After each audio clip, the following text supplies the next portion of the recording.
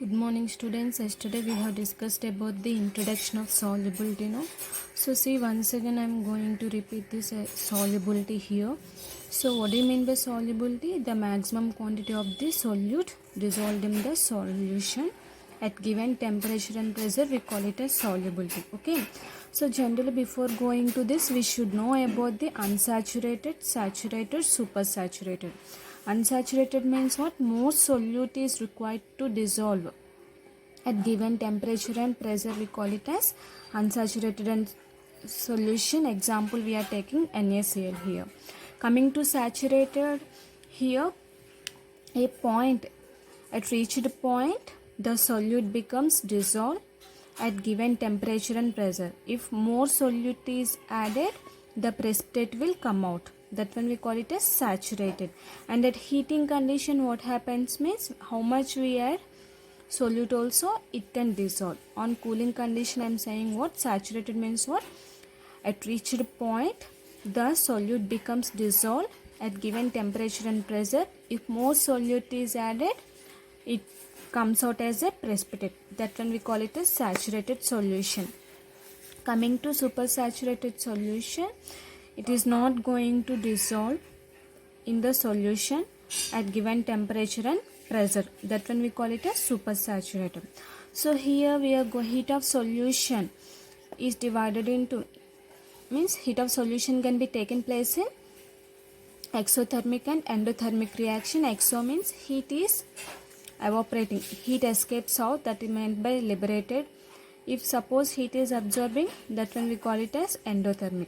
If suppose any salt is added to this, it can easily, means 1 mole of salt is added to the solution, it can easily, what happens? Dissolve. It can easily dissolve. Means what? We can't determine whether it is absorbing heat or releasing heat. So that's why heat of solution depends upon lattice energy and hydration energy. Lattice energy means what? Which can be break into ions. If suppose NaCl has been taken, so NaCl can be divided into Na plus and Cl minus. This is about ions. Hydration energy means what? There will be intermolecular attraction between these breaking ions. We call it as hydration energy. So example, we have taken NaCl gives rise to Na plus Cl minus. So this is about Na in a 3D dimensional structures. Each Na plus ion is surrounded by 6 chloride ions. In the similar way, each chloride ion is surrounded by 6 Na plus ions. So I have taken here Na plus ion is surrounded by 6 chloride ions. So this is about lattice energy. Why? Because it is breaking into ions. So coming to here, the water molecules H2O is coming and interacting with the Na plus or Cl minus ions. Okay. So if lattice energy is more than hydration energy, then what happens? Endothermic reaction takes place. Means if suppose we are heating the solution, the lattice energy is more than hydration energy. So endothermic means heat is absorbing here. If suppose hydration energy is more than lattice energy, it is taking exothermic reaction. Okay, so this is about the solubility interaction. This solubility is divided into 2 types, that is solubility of solid in liquid and solubility of gas in liquid. So here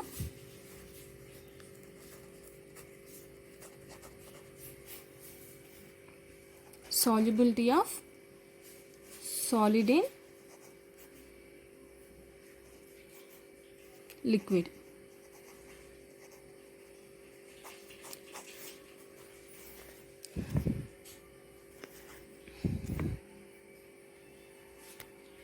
See here, solubility of solid in liquid. Solubility means the maximum amount of solute is dissolved in the solvent at given temperature and pressure. We are calling as solubility of solid in liquid. Okay, so how it will going to dissolve? Means we are taking solid and liquid.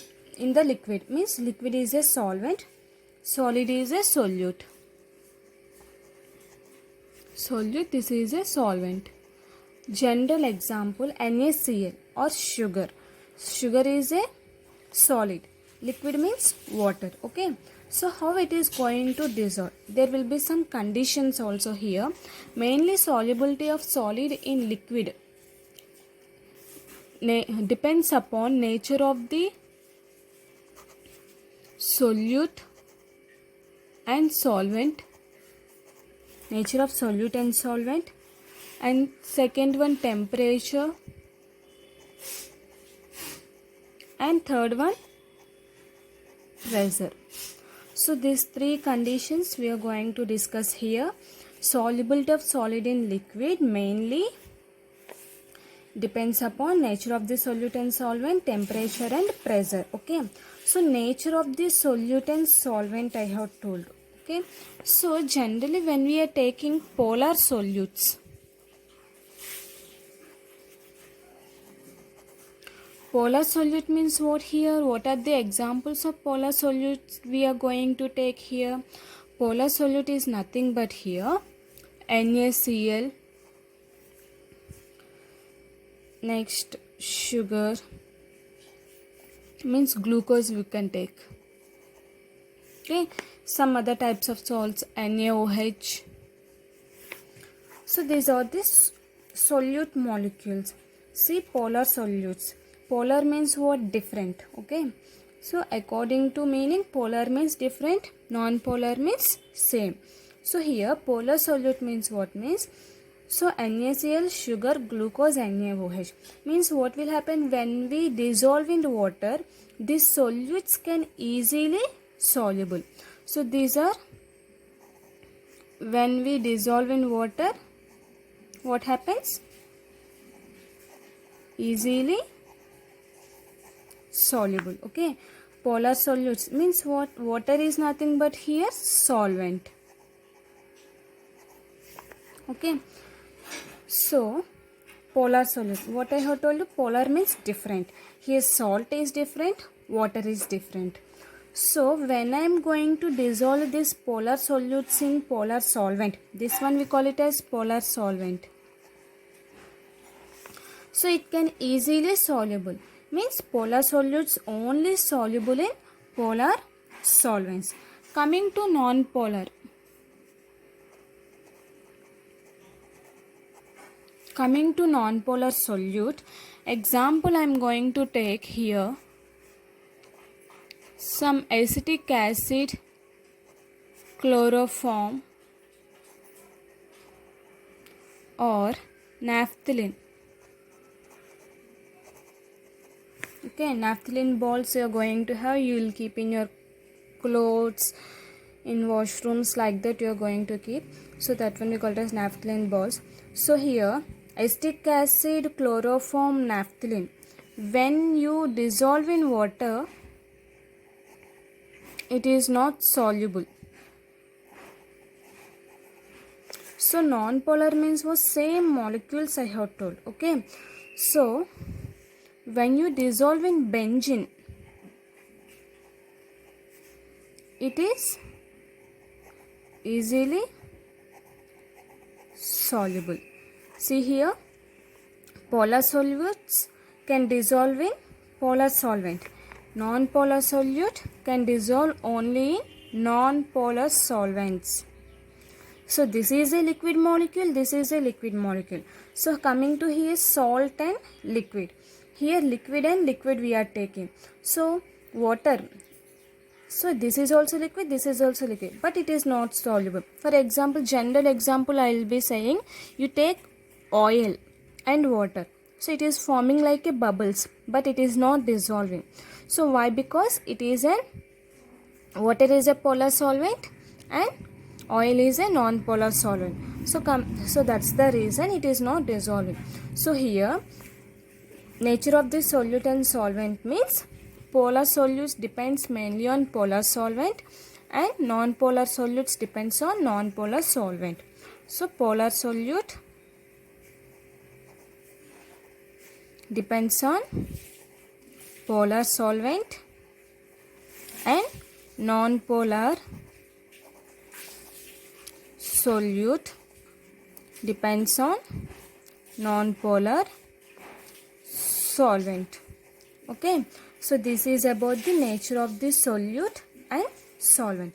Coming to temperature, what is our next condition? Temperature. How this solid and liquid depends upon temperature, we have to see here. Okay, temperature. So before going to temperature, we are going to have dissolution process and crystallization process.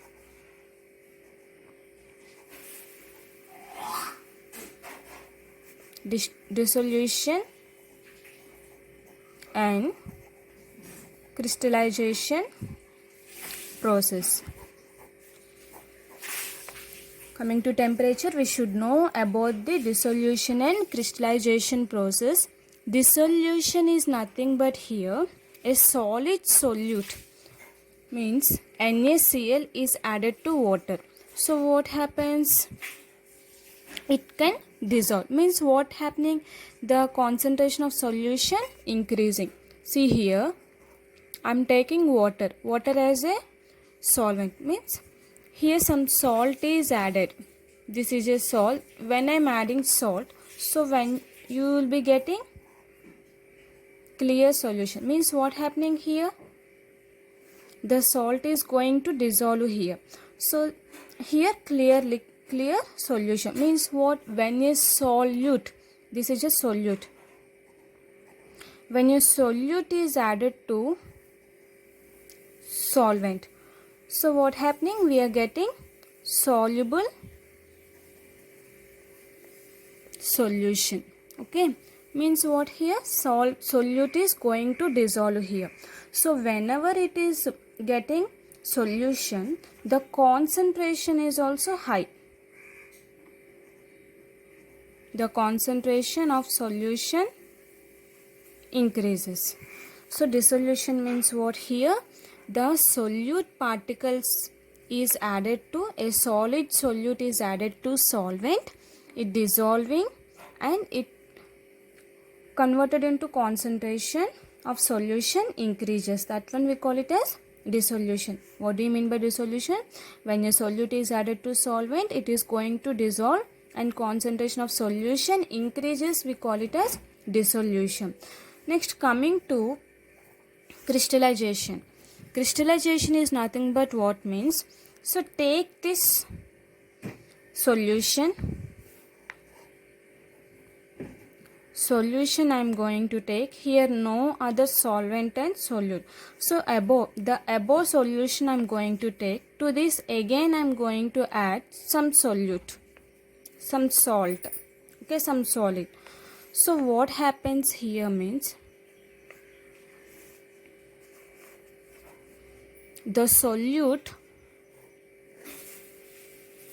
whenever I am adding some solute, so here the solute becomes separates out. Okay, the solute is going to separating. So this is known as crystallization. So see here, the solute is colliding with solution with other solute, means the solute particles of solution. So already it is having solute and solvent. Solution means what? Solute plus solvent, we call it as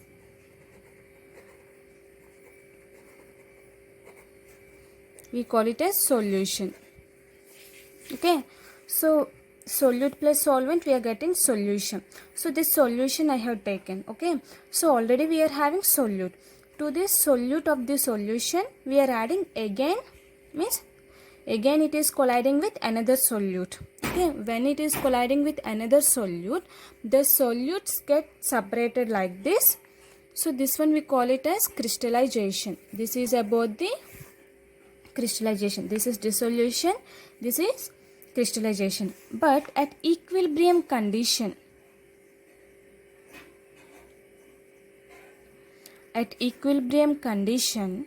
what happens here? At equilibrium condition, the dissolution, the rate of dissolution is equals to rate of evaporation. Okay, so at equilibrium, at dynamic equilibrium condition, what happens? Rate of dissolution is equal to the rate of crystallization. Means, sorry, not evaporation, it is a crystallization. So, a solution which cannot dissolve even a small amount of solute at same temperature and pressure, we call it as saturated solution. Okay, but at dynamic equilibrium, what happens? The indissolved solute will become the dissolved solute. Means here the dissolved solute, this is an undissolved solute. So at equilibrium it is becoming rate of dissolution is equals to rate of crystallization. So here what do you mean by saturated solution? Solution which cannot dissolve even a small amount of solute at given temperature and pressure, we call it as saturated solutions. Have you understood why I have told you before saturated solution? So now coming to temperature, we have seen dissolution and crystallization. Dissolution is nothing but when a solute is added to solvent, it is forming soluble solution and concentration of solution increases, that one we call it as dissolution. Coming to crystallization, to the solution we are adding, means the already a solute of solution is colliding with another solute which gets separate as a solute molecules. That when we call it as crystallization. At dynamic equilibrium, what happening? Rate of dissolution is equals to rate of crystallization. Means dissolved. The dissolved solution is equals to undissolved solution. Okay. So coming to temperature here, according to Le Chatelier principle, according to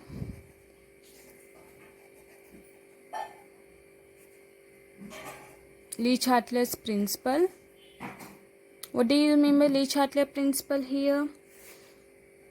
So at equilibrium condition, what happens? That reaction, whatever it is taking, it can take place forward reaction or backward reactions. So here, when we are going to speak about a dissolution, okay, so at a dissolution, when dissolution increases, generally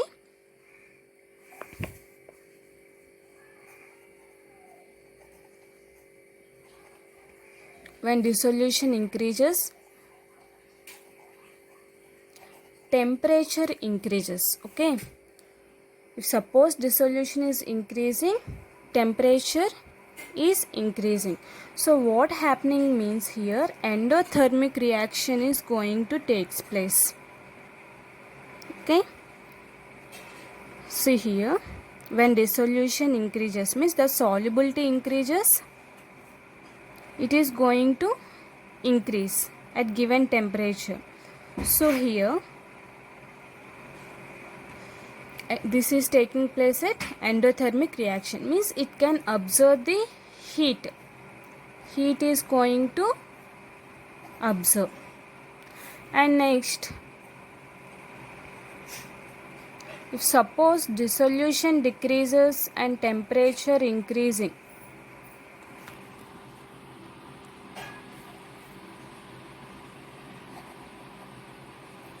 suppose dissolution decreases and temperature increases. So what happens here? Exothermic reaction takes place, means heat is going outside. So this is about the effect of temperature. Okay, see here, if dissolution is endothermic reaction, it is a forward reaction. So let us take solute plus solvent and solution. Okay, this is general reaction. I have told you forward, according to Le Chatelier principle, forward reaction and backward reaction going to takes place. Okay, so if dissolution is endothermic, means if suppose it is dissolution increases, temperature increases, means what happening? This is taking forward reaction. Solute plus solvent gives rise to solution. Okay, so now coming to here, dissolution decreases, temperature increases, so it is going to take place exothermic reaction. So this is taking forward reaction, this is taking backward reaction. So when solution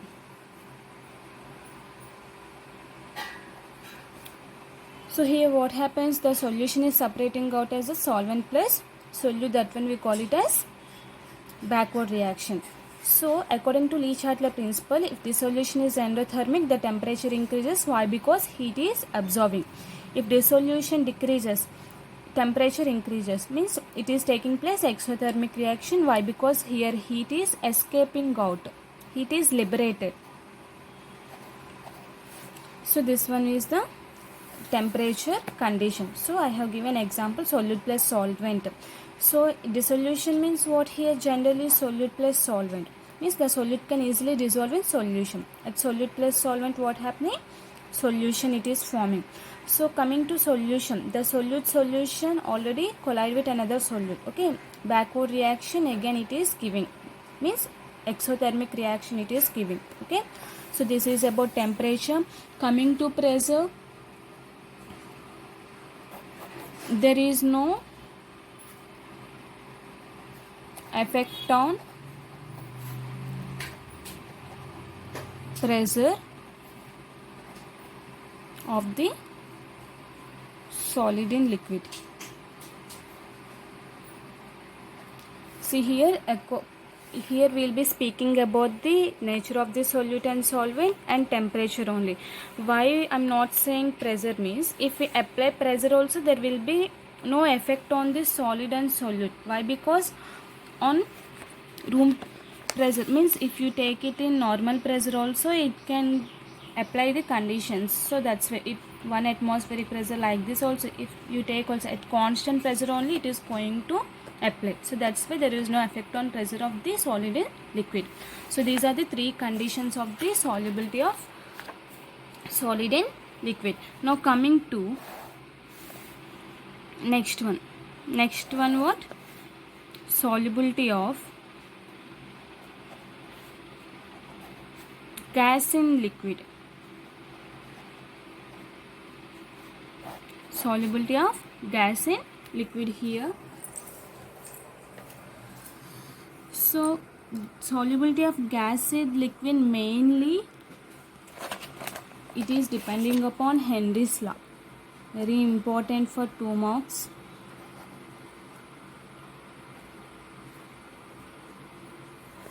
Solubility of gas in liquid mainly depends upon Henry's law. Okay, so it also depends upon 3 conditions here: nature of solute and solvent, temperature, and pressure. Okay, solubility of gas in liquid mainly depends upon Henry's law, that is at pressure only.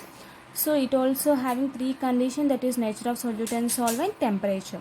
So here nature of solute and solvent, same like this only: polar solute soluble in polar solvent, and non-polar solute soluble in non-polar solvent. So depending upon gas molecules, it is soluble in solvent, polar and non-polar only. So coming to temperature, this temperature we can use according to Le-Chatelier principle.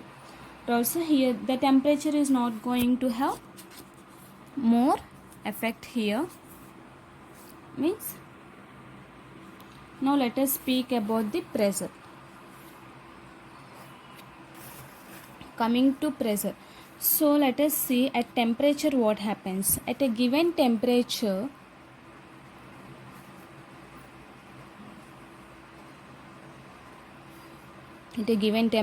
the mass of a gas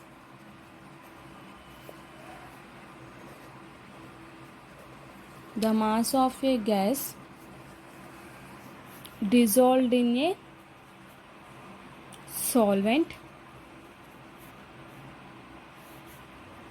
is directly proportional to the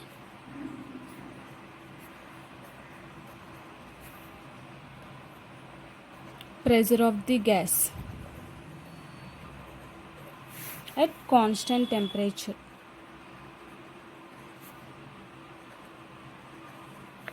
See here we are talking about pressure. Why? Because nature of solute and solvent, temperature is similar to above solid in liquid. Okay, So coming to pressure, at a given temperature, what happens with the mass of a gas? Here we are speaking about gas. The mass of a gas dissolved in a solvent. So the gas, when it is dissolving solvent, for example O2, oxygen is dissolving in water. Okay. So is directly proportional to what? Pressure of the gas at constant temperature. At constant temperature, at, for example, take at room temperature. So it is directly proportional. So that's why we can say M is directly proportional to P. M is equals to Kp, where M indicates mass of the gas dissolved in a solvent is directly proportional to pressure of the gas. P indicates pressure of the gas. So M is equals to remove the proportionality, we are keeping proportionality constant K, where K indicates the here constant. So but here Henry's law is not applicable to the gases like NH3 and HCl when these react with water. Okay, so what I have told you, at a given temperature the mass of a gas is directly proportional to pressure of the gas. So okay, this one we is saying Henry's law at temperature condition, but this condition is not applicable to the molecules NH3 and HCl. So this is a gas, HCl is also a gas, hydrogen chloride is a gas, hydrochloric acid is a gas, NH3 is also a gas. So these two gases when dissolving in water, what happens? It is not applicable this definition. Okay, so then what we have to do? Then at which definition it is going to?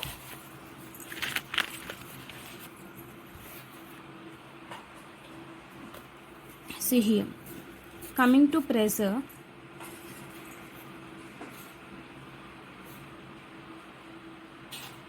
at the partial pressure of a gas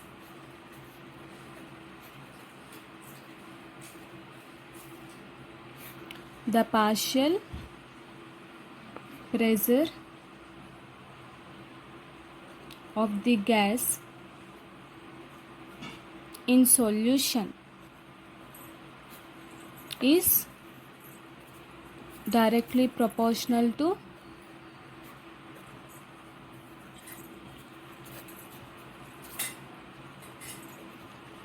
mole fraction of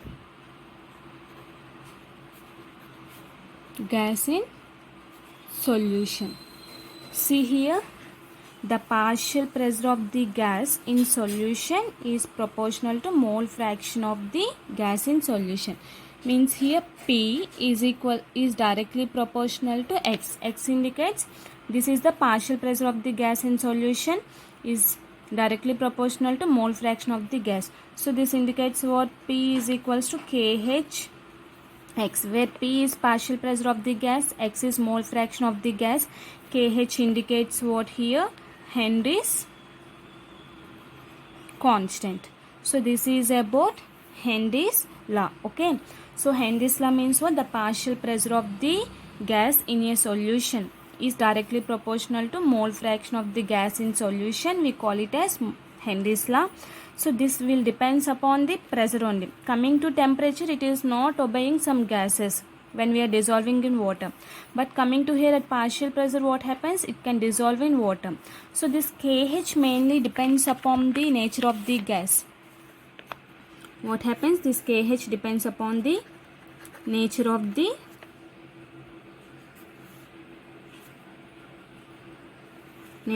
gas.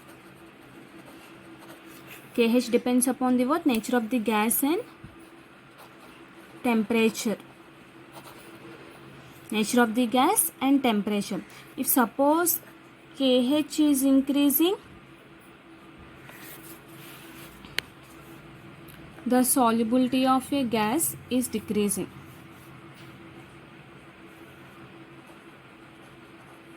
Solubility of gas in liquid is going to decrease at given pressure. So if suppose KH is increasing, the value of KH is increasing, the solubility of gas in liquid, what happens? It decreases. Okay, so and in the same way, if suppose it is decreasing, what happens? Solubility of gas in liquid increases, means we can say inversely proportional. KH is always inversely proportional to solubility of gas in liquid. Okay, so this is about Henry's constant. So Henry's law is having some applications. First application indicates soft drinks. Soft drinks like soda, water, Pepsi, like this. So if you take soft drinks and soda water, so this is already sealed. The bottle is sealed with pressure generally. The cap,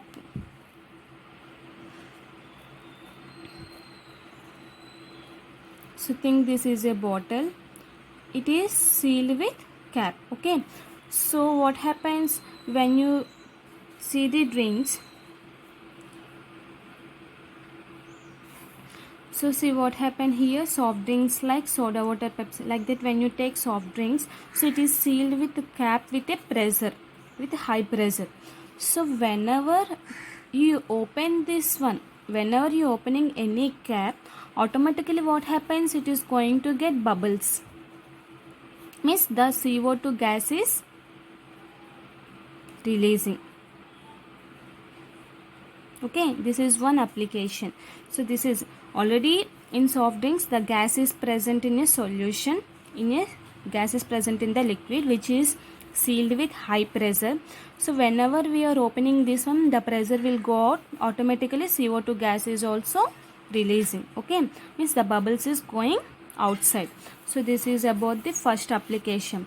Coming to second application, sea divers, or we can say scuba divers. So in a sea,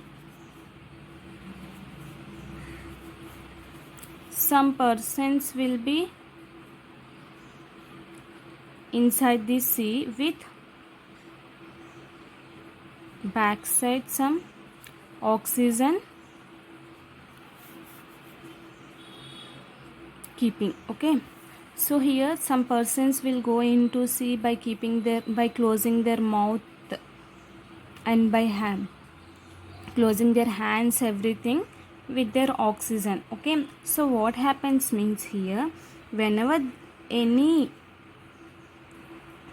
gas is leaked, means for example if gas is not sufficient, so what happens means the CO2 will go into their mouth, the oxygen molecules will go into their mouth, and nitrogen contains a blood.